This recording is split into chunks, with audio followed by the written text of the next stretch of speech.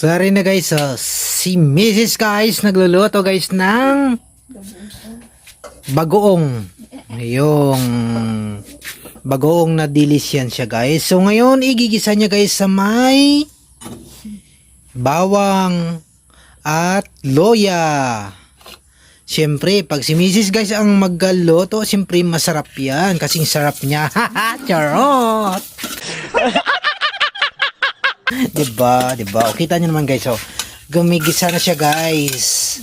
Dahil ang ginamit niyang mantika guys ay virgin coconut oil. Sana all. So, yan guys, Yan, kasing sarap ni Mrs. ang ganyang niluluto. Charot! So, yan na guys. So, yan guys, igigisa niya na guys ngayon ang ating bagoong. Yun. Bagoong na dilis yun guys. So, yan na guys. Nagba-brown na raw siya. Nagba-brown na ang loya at ang bawang natin. So, ngayon guys, igigisa na. Yan. Kita nyo man guys. Ay, nako. Bango-bango guys. Yan. Kasing sarap talaga ni Mrs. yan guys. Gago! Sigurado guys, lalapain ko na naman ito mamaya. What?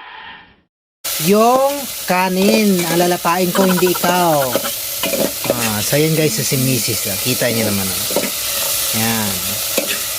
So yan guys, malapit na maluto ang aming ulam. Sige, see you next video. Bye-bye.